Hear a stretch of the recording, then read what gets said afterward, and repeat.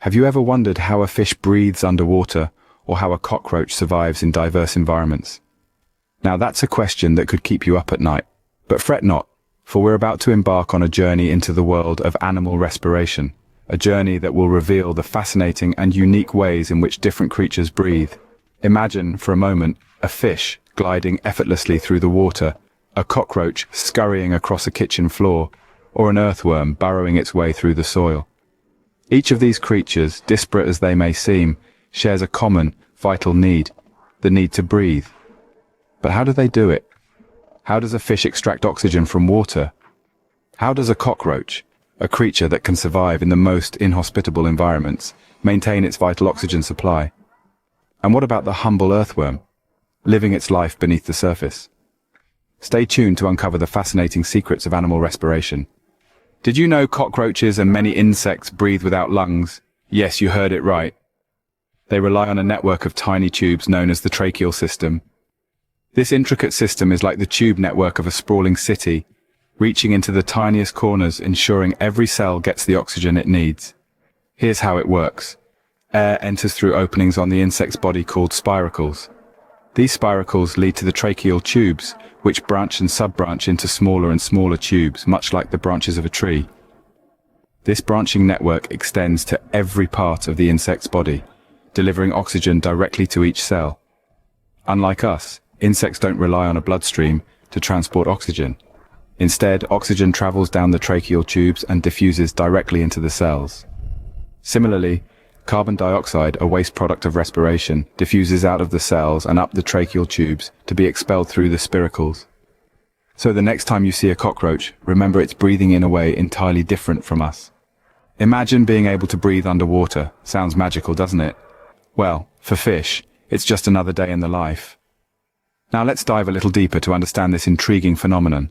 The key to this underwater breathing trick lies in a remarkable organ, the gills. Gills are essentially specialized structures tailored for gas exchange. They extract life-sustaining oxygen from water and expel carbon dioxide. To make this happen, water flows over the gills, and a process called diffusion takes place. Oxygen in the water crosses over into the fish's bloodstream, while carbon dioxide, a waste product, crosses back into the water to be carried away. But it's not just about breathing, it's about survival. The gills also help fish regulate their internal body temperature and maintain the right salt balance. So, the next time you see a fish darting about in water, remember the magic happening within their gills. Fish indeed have their unique way of taking a breath. What if you could breathe through your skin? Sounds weird, right? However, for earthworms, it's a normal day-to-day process. Just like us, earthworms need oxygen to survive, but instead of lungs or gills, they use their skin to breathe. It's an amazing adaptation that allows them to thrive in their earthy habitats. Imagine having your skin constantly moist, allowing oxygen to pass directly into your bloodstream. That's how it is for earthworms. Their skin must remain wet to facilitate this gas exchange. They absorb oxygen through their skin and into their bloodstream, while simultaneously releasing carbon dioxide out. But there's a catch. Earthworms can only breathe this way because they are small and don't require large amounts of oxygen. Larger animals wouldn't be able to get enough oxygen through their skin alone. It's a fascinating system, isn't it?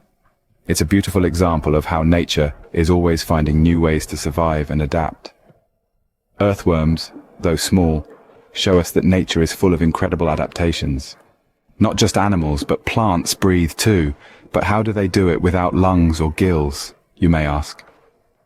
Well, let's delve into the silent world of plant respiration. It's quite an incredible process, really. Plants, unlike us, don't have specialized organs for breathing.